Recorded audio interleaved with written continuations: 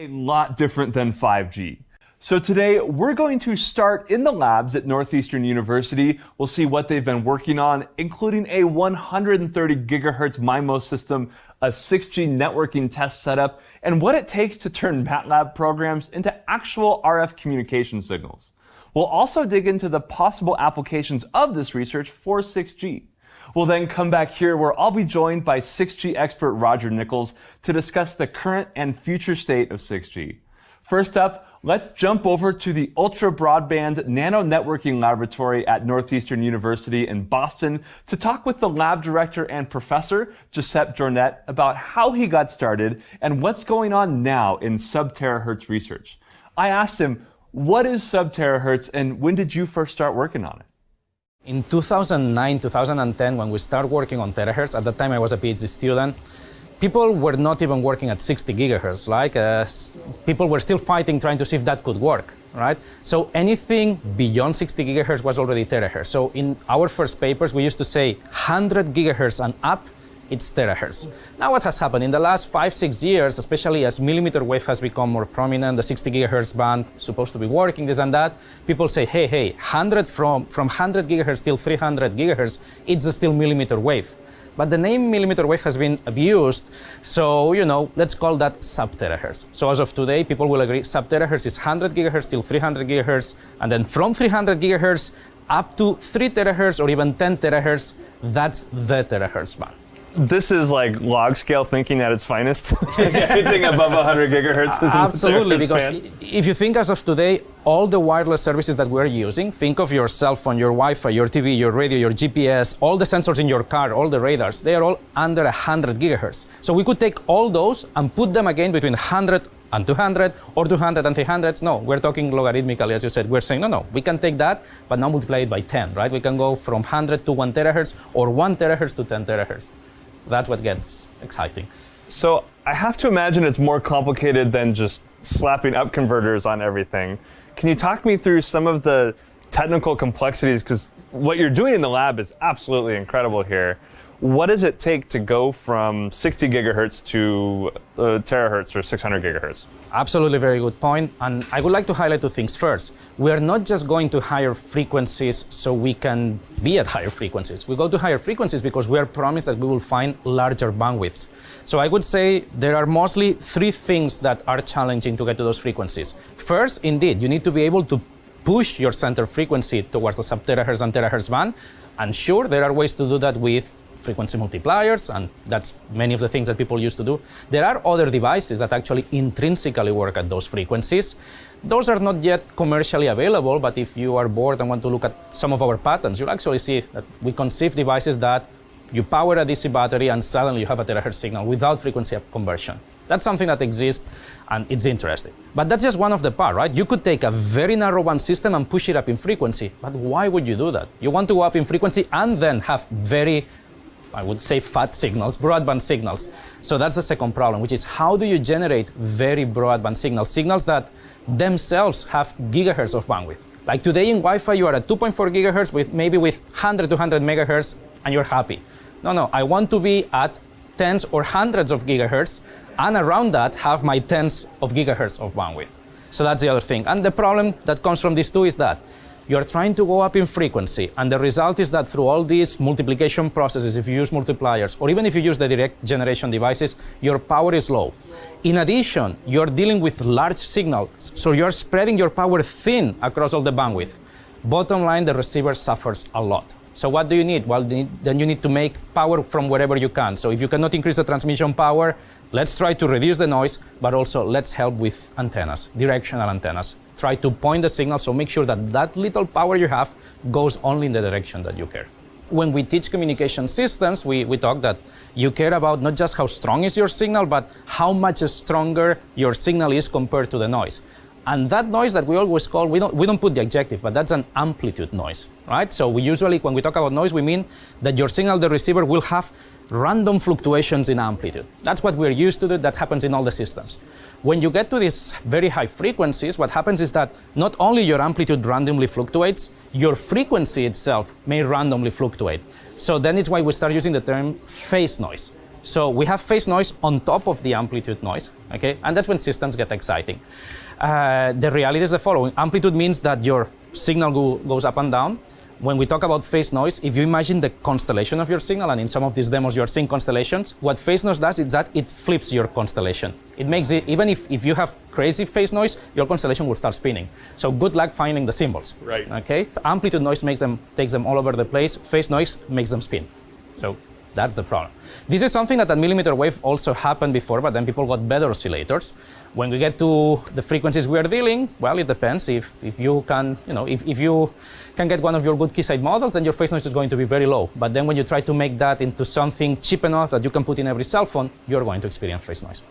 I don't want to lug around a signal generator in my pocket, that's for sure. Yeah. That's one of the problems. But again, for all the research that you're seeing here today in the lab, we're mostly dealing with professional grade equipment that gives us the ideal world to some extent. No, we can control how much power we have. We can control how stable our signals are. We can design the signals from scratch. As I always tell people, with a platform that we have many platforms, but with the one that we have been using the most, which is one of your arbitrary waveform generators and digital storage oscilloscope, anything we can conceive in MATLAB or mathematically, we can get it over the air. And we can get it over the air in a couple of hours. That's what we have telling collaborators, that's what we have telling to everyone that has asked me, Josep, we would like to build a test bed like yours. Sure, I'm an academic, I'm supposed to help you do that, and that's what we do.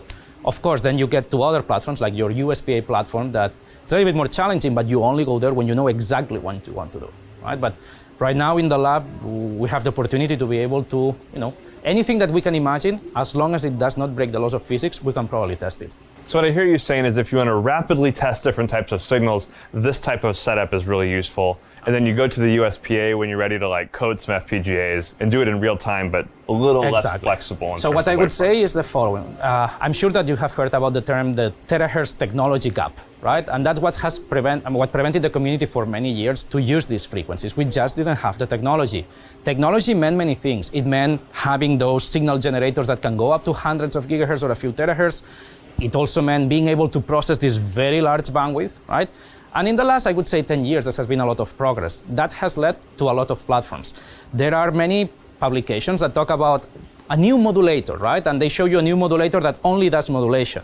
There are people, for example, who do a lot of channel sounding, and that's perfectly fine. But in channel sounding, you know exactly what you're sending, so you just look for it and then understand what happened to it, that's the channel. With the platforms that we have here, what we're doing is, well, we can do anything you want. If you have a new modulation, we can try it. If you want to do channel sounding, we can do it. But if you have a new modulation, some error control, new synchronization strategy, all those things, as long as you can program them in MATLAB or Python or your favorite language, we can test them. The other motivation to then go to the real-time platform is that with what we're doing now, if the other is a real-time platform, it's because this is not a real-time platform. So I engineer my signals, I click play, they go out, I record them, and then I take my time processing them. And again, think for a second, we're trying to send signals easily at 100 gigabits per second. The goal is to get to 1 terabit per second. Go find me a processor that can swallow 1 terabit per second of data in real time. Right. So that's the challenge, right? So going to real time, it means, well, it's not just a matter of sending data, it's using the data. And when do you need that? Well, you need that if you don't want just to test one link, but if you want to test a protocol. I want you to send something very fast, I want you to confirm that you get it right, and I want this back and forth. So I need a platform that can think in real time. That's your USPA. Maybe I can tell this a little bit as the story of what was the research in my group, right? So first of all, 2009, I started my PhD. With my advisor, we eventually end up working on terahertz, and that's a very long story by itself. So we end up working on terahertz. And well, at that time, there was no technology, and people will say, why are you wasting your time? There is no technology. Fine. They said, no, there are people developing technology. Oh yeah, but the channel is horrible. Why are you wasting your time if the channel is horrible? Okay, well, we studied the channel. Well, it's not that horrible. If you understand it, you can design around it or even leverage what's unique of this channel. Oh, that's fine, but what type of signals are you going to send, right? There is nothing you can do. Said, well, no, at the very least, I can send the same type of signals, and that's what everyone does first. Then you say, no, but because of what I know from the technology, what I know from the channel, and what I've experienced with the typical signals, I know that I can do better by trying this, this, and this. Then the next question is okay, you can make one link, but good luck making a network. If everyone is directional and everyone talks so fast, just think, right? If you talk at 1 terabit per second or 100 gigabits per second, in a second, you send 100 bits. So you blink for a second, you lose 100 bits, 100 gigabits. It's okay, that's the problem, right? So you cannot blink.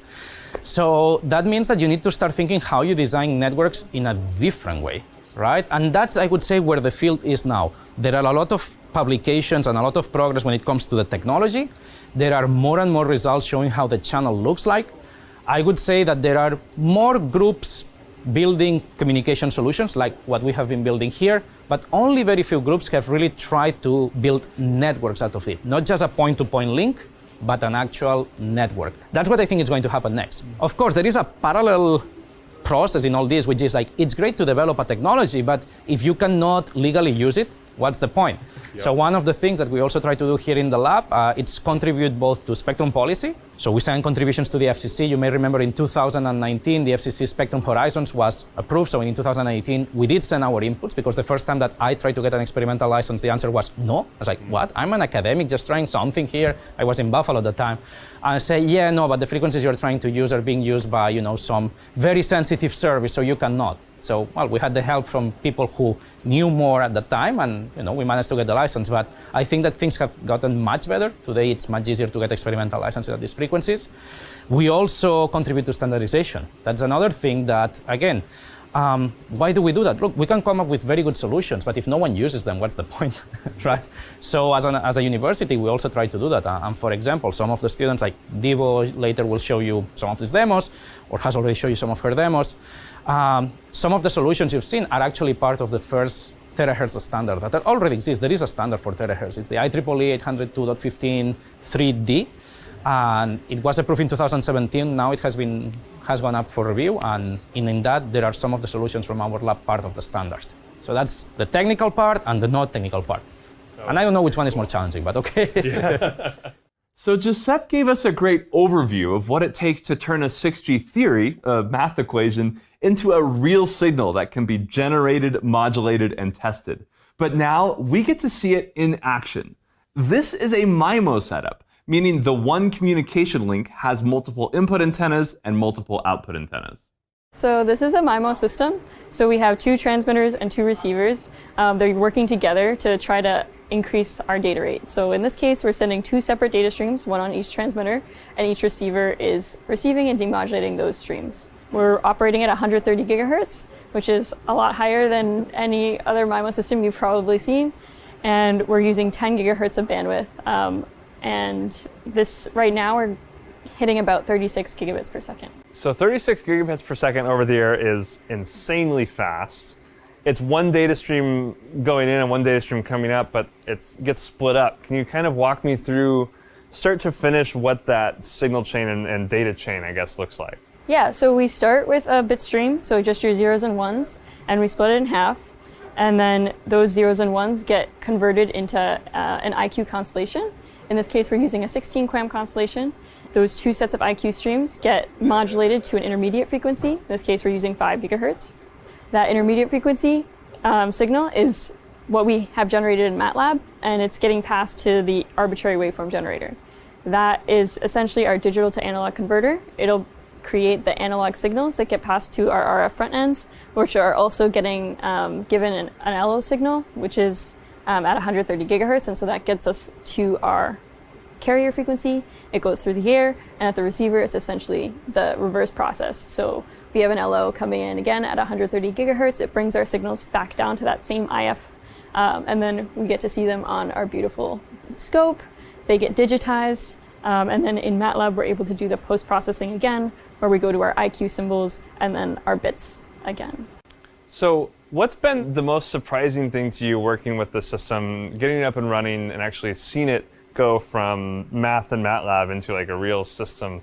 Any surprises or anything along the way that you're excited about? There are definitely challenges, but I think the most, I wouldn't say it's surprising, but it's exciting when it gets to working. With especially these heavy antennas, sometimes things move even if they don't look like they're moving, or someone knocks it, and then, with these antennas, they're very directional. So the beam width of these antennas is 1.6 degrees. So especially when we're this close, it's really hard to keep them aligned, and so that's one thing that can go wrong. Another thing that, especially for a MIMO system, in this case it's not as important since we have 2 completely separate streams that aren't overlapping. But if we are trying to do MIMO with more like of a combining, or we're doing some pre-coding, generally the assumption is that you're transmit antennas, your receive antennas are the same. But in reality, we have two like separate hardware systems that are similar. They're made, like they were designed for the same like range of frequencies, but in reality they have different frequency responses. They behave differently, and so that can also cause some issues. Those are the two main ones that you don't really think of normally. But on top of that, there are also the main research challenges, of course, right? So we're working with a lot of bandwidth, and so with a MIMO system, generally you make narrow band assumptions, or you go to a multi-carrier scheme where you can use that narrow band assumption. At terahertz, if we go to a multi-carrier scheme, we generally have a high peak to average power ratio. So that means we have to transmit at a lower power if we don't want to damage our hardware. And when we already have low power, that doesn't go so well. On top of that, you have a wide bandwidth, you're going to eat a lot of noise, right? Because noise comes like, it's white. So as you increase the frequencies you're looking at, you get more noise. So larger bandwidth, more noise, less power, like there are those challenges as well that anyone working at these frequencies would see also. Generally, people have been doing single carrier, but single carrier it's tough to equalize in the frequency domain sometimes, which is what you need, especially if you're going with a wide bandwidth. We have very frequency selective hardware. So even though this is a line of sight channel, so we don't get multipath that makes our channel frequency selective, the hardware is making our channel frequency selective. So we need to account for that somehow. So we want the frequency kind of adaptability of something like OFDM, but we don't want the PAPR of OFDM, we want the PAPR of single carrier. So then we end up kind of trying to find something new, and I think in 5G people have also adopted doing DFT spread OFDM, which gives you kind of the best of both worlds. And so we have a MIMO system where we've shown DFT spread OFDM doing space-time coding over a broad bandwidth, and that's able to give us kind of the best of both worlds. So that's kind of where the engineering comes in. Of we have these problems, we have solutions that maybe work for specific things, and we're trying to find a way to kind of put things together that makes sense. So I can try to realign these and make it look nicer if you want to get that. Yeah, let's try and realign it. Yeah. So this is our 16 prim. We have the two streams. Yep. One's purple, one's orange. Yeah, I mean, look at this bit error rate. That's pretty zero. 0%. Then 32 gigabits per second. This was my first time inside a high-end wireless research lab like this, and it was incredibly impressive to see a MIMO system running at 130 gigahertz, and maybe more impressively with 10 gigahertz of bandwidth. Also in this lab, they figured out a way to split and bend sub-terahertz signals to effectively eavesdrop on RF communication beams, with interesting potential cybersecurity implications. So this is something that I don't normally see in this type of setup. We have one transmitter and two receivers instead of one transmitter, one receiver, which I'm used to. Can you talk me through what is this setup? What are we actually looking at here? So this is a typical, it's not a typical, it's actually, it's a man-in-the-middle attack. So we call it a meta-surface in the middle attack. So the typical networking paradigm of man-in-the-middle attack, you have Alice trying to talk to Bob, and ideally it's an omnidirectional link or it's a wired link. So if it's an omnidirectional wireless link, so if you are anywhere in the radiation pattern of that antenna, you can still eavesdrop, right? And then if we assume, of course, this is physical layer security, so there is no encryption, right? So if you can listen to the wireless signal, then you are eavesdropping on the link, and then you can hack the link, right? So with the terahertz communication link, this is 200. So this is 130 gigahertz, so it's sub terahertz, very close to the actual terahertz signals that we frequencies that we actually want to reach to. So typically, what happens is that if so because of the terahertz channel, it's like you have very high propagation losses, right? So you have the pass loss and you have a molecular atmospheric absorption as well. So what happens is that we use very directional antennas with high gain. So you have more or less a pencil beam size, right? A pencil spot. So this antenna gives you around 40 dBi of gain. So the half power beam width is around 1.6 degrees. So it's very, very narrow.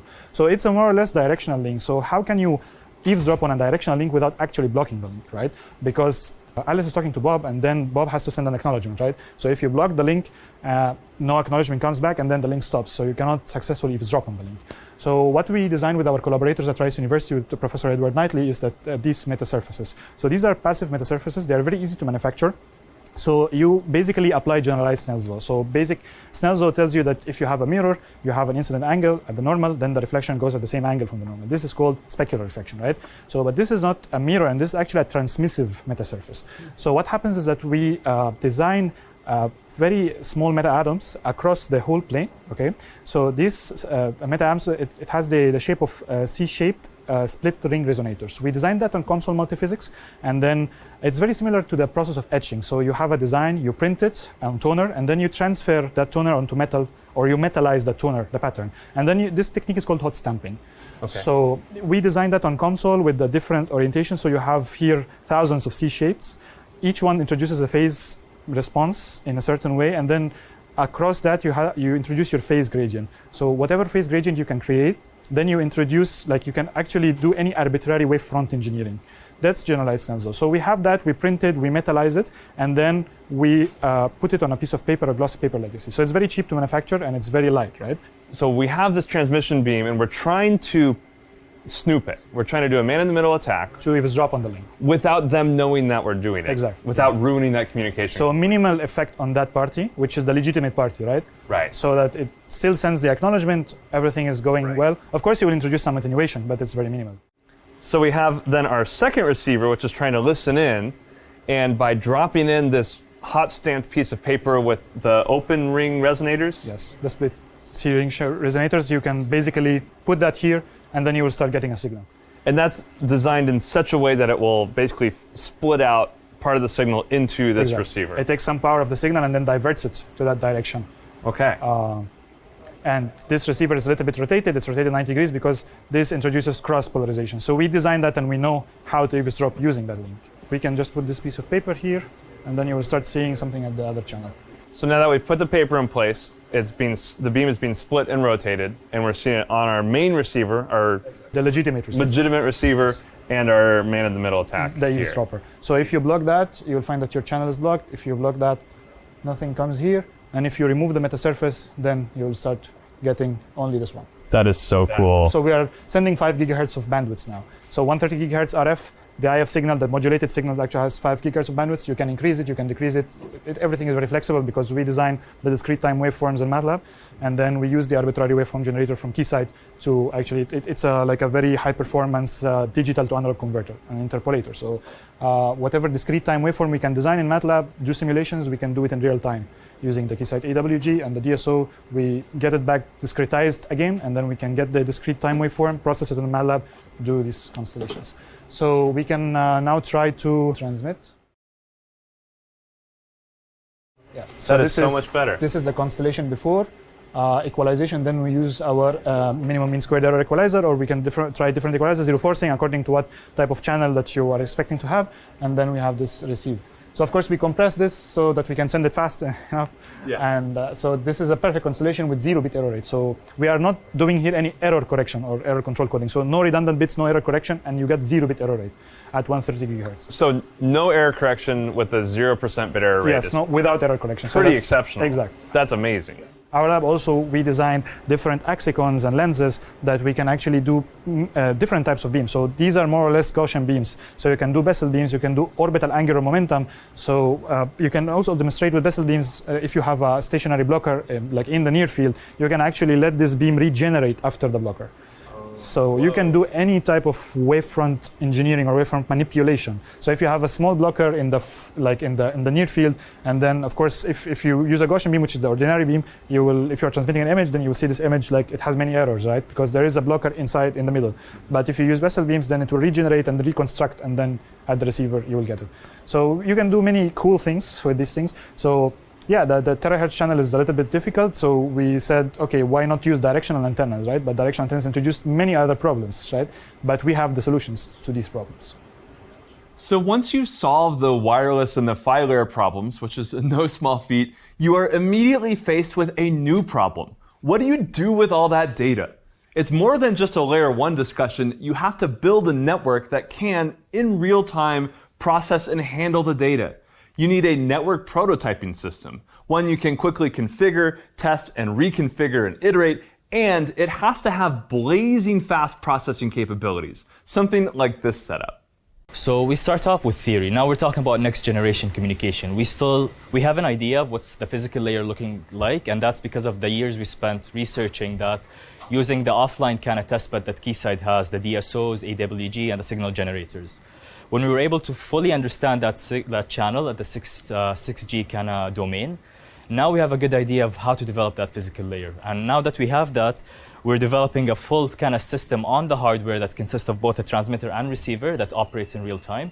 And at the moment, we're just sending binaries, random data, but the goal is to be able to achieve that high sampling rate. And how do we achieve that? We're now looking at developing stuff in real-time hardware. So we need to consider resource utilization, clock speeds, memory capabilities. As well, we're processing a big chunk of bandwidth in real time. How do you process that without running out of memory and actually decoding that signal? And that's the solutions that we're coming up with as we go and part of my research. And luckily, with the capabilities that Keysight is offering us with their hardwares, we can actually test it in real time and see if it actually performs as expected. And so far, it is. So we're looking forward to that kind of 6G capabilities that it can offer us. So when it comes to the sampling rate, it mainly consists of the data converters. It's very, very difficult to be able to set a data converter that can achieve that high sampling rate. And that's why for the longest time, we didn't have that capability. Everything was offline. You process that signal, you store it, and then you process it. So that's why a lot of the research has been stuck on physical layer. Now we want to move to the networking and higher end-to-end system. We need channel access kind of protocols, networking, transport. So that requires real time. And to get that real time, you need high sampling rate. So that's one piece of the puzzle. When we solve that in terms of the data converters and the analog domain of how they operate, now we need to, in the digital and software base, how do we process that signal? So we have a high sampling rate, but now we need to process it as fast as that sampling rate is. And that's another challenge. And one of the solutions that Keysight did was deploy high resource utilization FPGAs onto the whole prototype so that we can program those solutions on the FPGA that gives us access to those high processing techniques. So prior to this, you would send a batch of data, you'd capture it all, and then you'd offload it and basically analyze it, not in real time. Correct. But now with this FPGA system, you can do this in real time, and that gives you a lot more flexibility in terms of research and iteration speed. As of today, there's very limited research on the upper networking layers. We have amazing papers on physical layers, but very limited networking layer protocols. Why? Because all of our hardware was offline. We can simulate stuff, and that's amazing, but in the real world, when we want to push a protocol out, we need to test it in real hardware. We had no hardware until Keysight came up with this solution, right? So now we can actually test that and propose new networking solutions that can be in the forefront of those 6G standards. And with the capabilities that these hardwares gives us, we can actually demonstrate multiple nodes communicating in 6G, which has never been achieved yet. So we can start playing around with adding more nodes into the channel and see how they behave. I never thought about having real-time hardware being a prerequisite for doing networking research. Blowing my mind a little bit. Yeah, the reason behind that is we've been stuck with few chunks of bandwidth. So when you look at 5G, 4G and its predecessors, the bandwidth wasn't that crazy that we can still achieve that kind of sampling rate in the hardware that we had access to at the time. But when we look at 6G, we're looking at multi-gigahertz of bandwidth, and that's a very high bandwidth kind of capability. And you need to be able to sample it at twice that bandwidth. So if you're talking about 10 gigahertz of bandwidth, you need to be sampling it at twice that rate. So that's 20 gigasamples per second. We don't have that hardware at the time. Now we do, so now we can play around with that. So this is like 68 gigasamples per second, and that gives us around like 20 to 30 gigahertz of bandwidth that we can communicate on, and that's never been shown before. So in the sub-terahertz region, between 130 to 140, we have access to around 8 to 10 gigahertz of bandwidth, and that's contiguous bandwidth, so that's amazing. As you move up in frequency, like in the 1 terahertz, 2 terahertz, 3 terahertz, you start opening the door to multi-gigahertz of bandwidth. So you either can have them non-contiguous and you can just aggregate into multiple channels, or you can try to find somewhere in the terahertz band from 1 to 10 terahertz, somewhere where it gives you that bandwidth. Which apparently there's an excess of it and a lot of it. I'm not the best in terms of frequency domain structure, because it also relies on the government and the FCC and how they dedicate those frequency band to which specific uses. But the good thing about terahertz is it hasn't been utilized like its a lower frequency counterpart. So there's a lot of bandwidth, and we want to use that for communication, for high speed kind of applications. Maybe not for this generation, but the next generation, when we look at autonomous driving, AR, VR, edge computing, all that cool stuff that requires low latency and high speeds. And that's the next generation applications. How much bandwidth are you looking at? Like what's a reasonable amount of bandwidth for your research? So for now, and when it comes to research, we just want to show a high-speed ultra broadband, right? So we don't need to go crazy and go 20, 30, 40 gigahertz because we're not even ready yet to be able to understand and comprehend how big that is and be able to solve the problems there, right? So just 8 to 10 gigahertz of bandwidth is more than enough to be able to at least show some stuff working at that kind of scale of high bandwidths and some of the solutions from both physical layer all the way up to the transport networking layer. As of now, the system that I've been developing on the USB-A doesn't fully leverage that capabilities. We're starting slow and building our way up to maximize the performance and efficiency. So as of now, we're looking at around 10 gigahertz of bandwidth on the USB-A to be able to communicate in. And that should give us somewhere around a theoretical data rate or bit rate of 60 to 70 gigabits per second, which is still very, very high. But now when we push the limit to its capabilities, we're talking about somewhere near the 100 gigabits per second, which is very impressive. And I've never seen a wireless radio be able to communicate at that rate. So it's a very exciting time, and I'm looking forward to be able to see how we can push it to the limits and see what it can offer us. Think of it this way, like 10 years ago when you take a picture from your phone and the size of it is nothing comparable to the size it would be right now with your new high performance cameras, right? So things are getting bigger in size.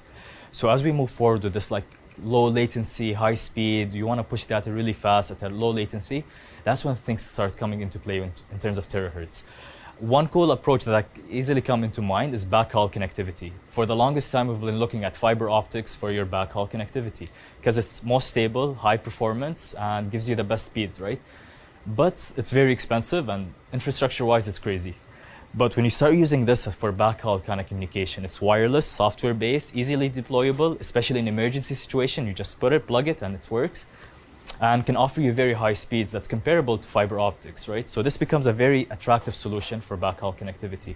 So instead of having to like lay fiber from one part of a town to another, you could drive 2 trucks up and point their antennas at each other and have a backhaul network on wheels. 100%. That's crazy. Think about rural areas, developing cities, places where it's very hard to deploy that fiber optics in the first place.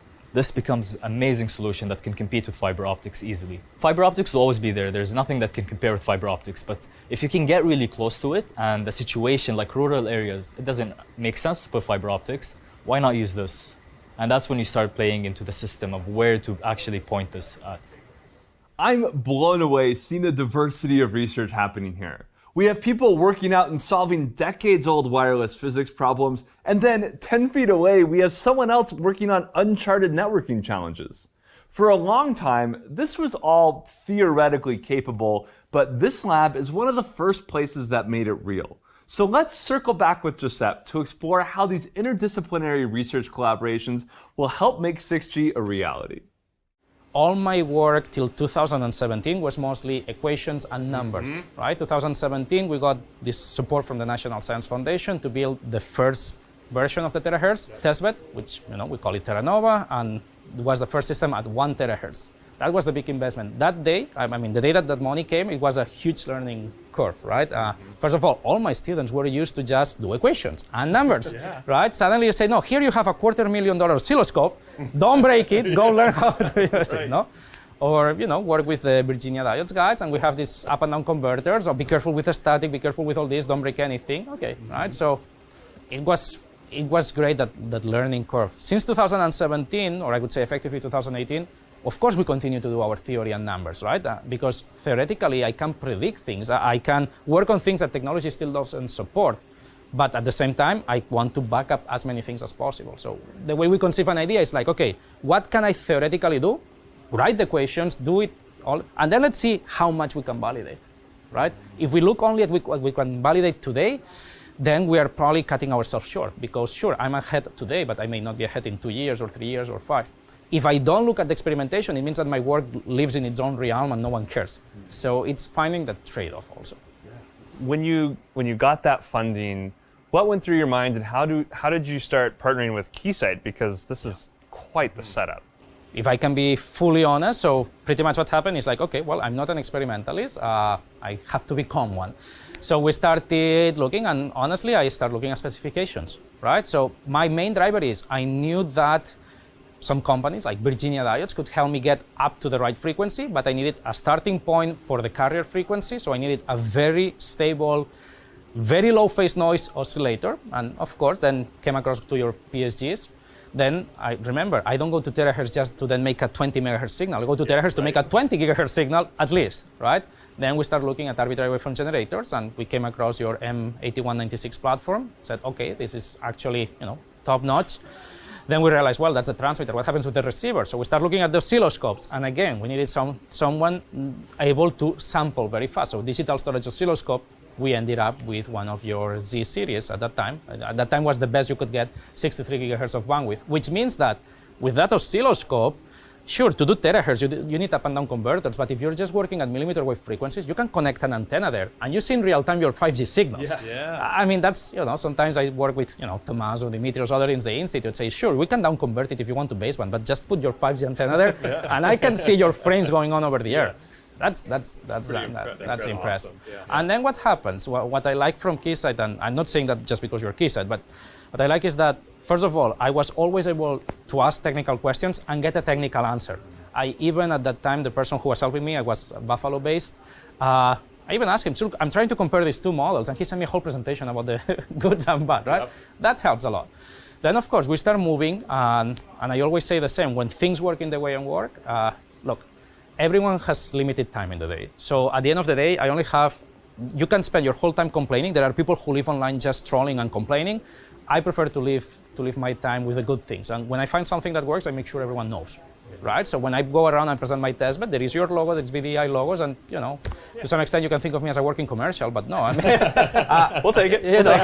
I just do what I think, if something works, why not to have more people, right? And that's how we got into Keysight. Then once you are in an ecosystem, it works. And what I really like from Keysight is that at some point, I usually say that when I talk with anyone at Keysight, I don't feel like a customer-seller relation. I feel like a collaborative relation, right? And look, the USB8 platform is something that we're working with you to build, and it's very exciting. At the same time, it's a huge responsibility. If I mess up in an NSF project, well, it's okay, Nothing critical happened. If I messed up in one of your products, right, then maybe Roger will not be too happy.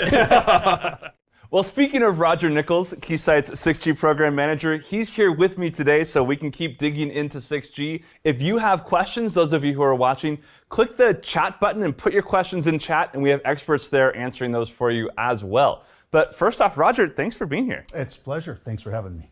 It seems like 6G is not fully developed. There's still a lot of room for innovation. Plenty of room. There's a lot going on. So moving up into higher frequencies, as we just saw at Northeastern, sub-terahertz bands are difficult. The physics is hard. There's a lot of networking stuff that's going on. Why do we even want to consider going up to above 100 gigahertz for communications? The very high frequencies have the benefit of having access to a wider bandwidth. And you and I use a lot of data on our mobile devices. It's all about more data or more capacity. So first and foremost, going up to above 100 gigahertz could buy you very high bandwidths, as you saw in the demonstrations, and super high data rates. But also, one of the benefits is the highly directional transmission, the radio transmission, which is out of necessity. Also, as you saw in one of the other demonstrations, allows for a higher degree of security because it's much harder to eavesdrop something that is transmitted in a specific direction. So that's all part of what's going on, but it is a challenge. The semiconductors are expensive and exotic. The antennas are difficult to manage. Mobility is very difficult to manage, pointing the beam in the right direction. And so that ends up being a significant issue. But that's why everyone is doing the research, which is how do we solve these intense problems. It's an interesting shift and challenge from today and the last 10 or 20 years. We've been trying to squeeze more and more into a very narrow band. But then when we look higher up, we get these really wide bands, but then the physics and all the other stuff becomes really challenging. Yes, and the big challenge, and this is part of what's happening in the industry now, is that the frequency range 2, the millimeter wave spectrum, 24 to say 52 or maybe up to 71 gigahertz, has not been successful from a business perspective for the mobile operators. And a lot of that is because there's no killer app that is driving the volume that would drive down the costs and the economy of scale. And so the industry is a little bit skeptical about moving to even higher frequencies in this space. And so are we going to see sub-terahertz capability as a mainstream in 6G? I don't think so. Because it is many challenges to overcome. There's a lot of work that still needs to be done at lower frequencies. But the research is happening all over the place. We see plenty of activity there. And we also see some early niche applications of sub-terahertz or greater than 100 gigahertz frequencies in very high bandwidth point-to-point communication, some of which have been commercially demonstrated or publicly demonstrated within the last couple of months. Can you give a couple examples of when that high bandwidth point-to-point communication might be useful? Well, the backhaul capacity issue is a significant challenge for mobile operators. And since you cannot bring fiber to every base station, what happens is backhaul ends up being aggregated. So multiple base stations, the backhaul and the data that is served by those becomes aggregated into single connections. And if you can't bring fiber into a particular location, which is very expensive, laying fiber in the United States is about $100 a foot. Goodness. So when you aggregate all of this backhaul, you might not have the luxury of laying that fiber where you need it to. And so as the backhaul gets aggregated, the data capacity demand goes way up because you've got multiple base stations at the same time in both directions, downlink and uplink. And so one way to overcome that is with a radio link, and even now the radio links are becoming congested that are typically used for backhaul. So these very high frequencies with the super wide bandwidths available to them can help overcome those kinds of problems in particular cases. That seems super useful, but I also feel like we're going back to the days when I'd like go to my grandparents' house and try to watch satellite TV on a rainy day, and it just wouldn't work. Are we gonna like lose internet when it rains? Well, so the physics of the transmission are a reality. Snow and rain do cause problems. I have some of those stories myself, but we fortunately are not communicating a few hundred kilometers to a few thousand kilometers Sure. for these point-to-point links. They're much shorter. Some of what's going on in this research is to decide how do we overcome some of the issues with respect to change in propagation loss based on the weather. You mentioned security briefly, and at the Northeastern lab we saw that really interesting attack with the resonators that were splitting the beam off. How much is security a concern for 6G? New vulnerabilities, new attack vectors? Can you kind of lay out the landscape for me? Yeah, so cybersecurity is a big deal for everybody. We've all had experiences, both good and bad, in that space. Every generation is designed to improve how secure it is over the last generation. Okay. And so 6G will have security features that 5G does not. 5G definitely had security features that 4G did not. But there are more things that we have to worry about. First of all, we have new technology in 6G. So every time you implement something new, whether that's you develop a new standard or how you implement the standard, you run the risk of introducing vulnerabilities that you don't realize until they're discovered later on. And in that situation, there are vulnerabilities in even 5G that are being discovered today and resolved, right? That's great. But we have the opportunity to introduce more, and that's a challenge. That's issue number one. Second thing is innovation is not exclusive to the good guys, unfortunately. In fact, the innovation that I've seen that some of the cyber crooks have thought up is fascinating, and in a morbid sense, it's respectable. It's amazing what they've come up with. So what's secure today is not secure tomorrow. And so there's constant work, and this isn't exclusive to 6G, but there's constant work to keep on top of what the other side has thought of and how to overcome those. And some of those are very complicated and very technical, and sometimes it's very brute force. The third issue is that the whole point of moving to the 6th generation, a little bit like what we did with the fifth generation, is to add capabilities to the network to greatly expand how it is being used. So not just for communications or social media, but as a fundamental part of societal use.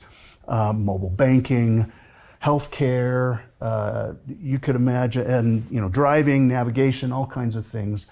Well, when you expand how it's being used, you expand what we call the threat surface. And there's a lot more ways to take advantage of a vulnerability if something is used in a lot wider variety of manner, right? Sure. And so that is all of what has to be considered. And all of that is getting a tremendous amount of work. Even now, you can see in 3GPP, in the SA group, they're very focused on putting together, what is it going to take? What is going to be the security requirements for the 6th generation? And with what has now become a lot going on related to zero trust, which is a relatively new paradigm, I guess, in terms of cybersecurity. A lot of that is being built in as a fundamental assumption in terms of how 6G will be designed, is to enable a better implementation of a zero trust approach. One of the other things that was interesting about 6G, and we see it with 5G and 4G, is disaster management. There's wildfires going on, or a hurricane blows through and someone will roll up and set up their own mobile network. Is there a world where 6G can also play that part, or are we going to stick with a more traditional 4G, 5G network? So I think there's fundamentals like mobile base stations or cell on wheels, a cow, as they call them in the industry. And those come in multiple formats, even self-contained trucks that are one or multiple cell sites that can drive to a particular location, set up. They have microwave backhaul built in. They're pretty cool. I've seen these demonstrated, and that kind of thing for emergency coverage or potentially other areas, that's all been around for a while. And will those have 6G technology implemented on them? Absolutely. But what's happening now is a couple other technical, I suppose, innovations. One of those is the idea of a mobile base station, which is being worked on now in the specifications body in 3GPP. And you can imagine the added complexity of having a base station that can move around. But what will that buy you? If you put a mobile base station on a UAV, you can move it over to a place where it's needed for coverage for emergency situation or maybe other issues like precision agriculture or others. And that would greatly enable having the communication where you need it and even having it move, because disasters are not always stationary. So that's a huge benefit. And then the other thing which you see on the news all the time now is the integration of terrestrial cellular with non-terrestrial networks. And non-terrestrial can be, as I started with, a UAV, it could be a high altitude platform, or I believe what they call a HIBS, H-I-B-S. And the last thing is a base station. So it's basically an elevated base station somewhere high, either tens of meters or thousands of meters up, or even in the satellite area, all the way up to geosynchronous or geostationary. So either one of those could be used. And then you end up with the coverage you need because it augments what's in the terrestrial network. And so that's starting now with 5G. Even Release 17 had NTN, non-terrestrial network specifications built into it. But you will see that continue to advance. And as 6G is developed, it will be developed with the fundamental assumption that integration with non-terrestrial networks is just part of how 6G is going to be put together. So that will be better for taking advantage of a satellite infrastructure that's already there. Sure. For the sake of this kind of application, among many others. And so to me, it's not exclusively a 6G thing in terms of disaster management and coverage where you don't have it. But as 6G evolves, it will become a much more pronounced way to manage those kinds of communications. I'm pretty excited about that as well. So when it comes to setting up a 6G test system or a test bed, what does it take? Is there a one-size-fits-all solution, or what are the different considerations? Well, a test bed is a big generic term. And so it really depends on what you're testing, what your research is. And so Josep demonstrated what he calls a test bed, what we call a test bed, but that's really exclusive to sub-terahertz radio communication system, right? A transceiver system and all of what you have to manage in that space. There are test beds that we've helped people develop that don't have anything to do with radio. It's all exclusive to what happens in the network, whether that's managing traffic patterns or how to allocate network resources and that kind of thing. So it really depends on what is being researched and what people want to test. Keysight is involved now in leading a project in Europe. It's called the 6G Sandbox, and it is a big test bed for 6G, and it is physically located in Spain with remote capability that other entities can use. And that test bed does more than just radio. It does radio, it helps folks understand how to apply edge computing capability. There's open RAN management capabilities, all kinds of things there. So it really depends on what folks are studying. Is it AI? Is it network capability? Is it radio? And what I encourage folks to do is think about what that research is and then recognize that, one of the neat things about what we do is we have a huge variety of capability across all layers of the protocol stack and from research all the way through deployment and even demise. And so a number of tools, software and hardware, that can be applied, particularly in an experimental situation, and also some design and simulation software, those kinds of things. So it really depends on what you're trying to implement or research, and that will influence whether you're doing like network stuff or radio stuff. It's all kind of bespoke. So really, ultimately, give us a call. That's how it works. And we're excited to be part of that, because part of this is we learn a lot when we see how people use the test and the design and the digital twin capabilities that we have. It's super informative, and we're all technical, so we enjoy these kinds of things just to learn about what goes on there. But that's the conversation that I encourage everyone to initiate. Wonderful. How is AI useful for 6G, if at all?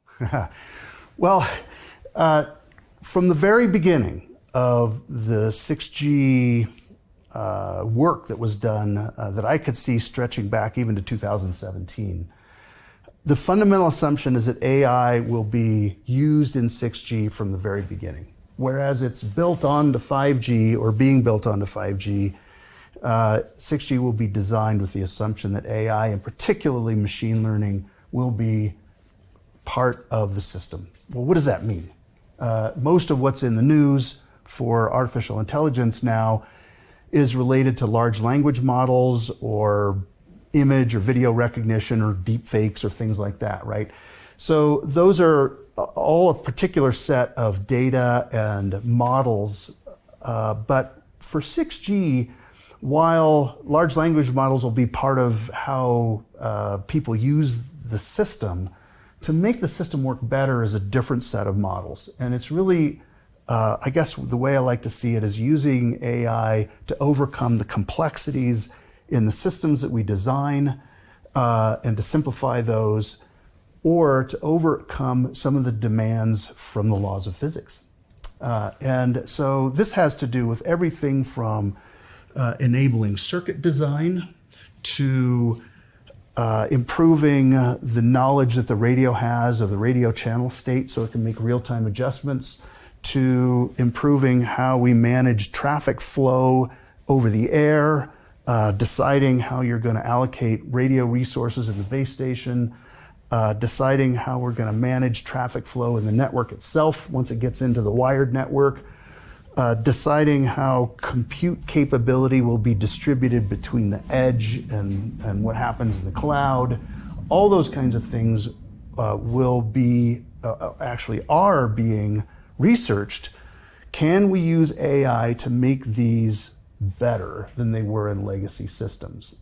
Some of that research is going to come up with some brilliant stuff to make things easier to manage, because machine learning lends itself to complicated environments where the statistics will prove things out. In some cases, they're going to fall on their face, and we'll learn that, okay, we're not ready for that yet. So will 6G require AI, or will AI make 6G better? The answer is yes. Not necessarily how everybody thinks, but by all means, it is a fundamental piece of research that's going on throughout the industry. We're doing it ourselves, and we're working on a number of ways to help our customers enable AI, managing data, figuring out how to do validation of AI-enabled systems. Even the AI development process is a key issue because it's new to a lot of the folks in the industry. So by all means, the short answer is yes. Okay. When you look at the future of where 6G is going, and maybe we're in a, I'm not going to say final state of 6G, because just like 5G, it's always going to be evolving. But when we're in a, I'm going to call it like a